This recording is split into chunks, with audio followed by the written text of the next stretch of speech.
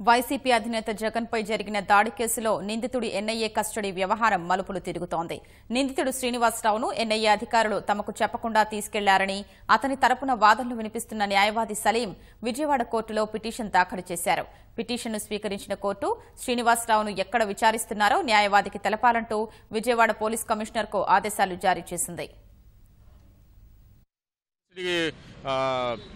Advocate Salim సమక్షంలో ఇవ్వాలని కూడా ఆర్డర్ ఇచ్చింది. ఆ ఆర్డర్ని వాళ్ళు వ్యాలేషన్ చేశారని నేను పిటిషన్ వేశాను. పిటిషన్ వేసి ఆర్డర్ మాకు ఫేవర్గా ఇచ్చింది. మనము ఎన్ఐ మీద కేసు పెట్టాము. మరి ఇంకా కంటెంప్ట్ ఆఫ్ ద కోర్ట్ కూడా చేసాము. సెకండ్ కూడా మన ఇంకో కేసు కూడా వేస్తాం. ఎందుకంటే ఇల్లీగల్ డిటెన్షన్ చేశారు.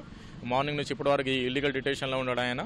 మనం దాన్ని కమ్యూనికేట్ చేసి కోర్టుని ఆశ్రయించి we will go to get justice in favour of our accused Janapalli Srinivasarao.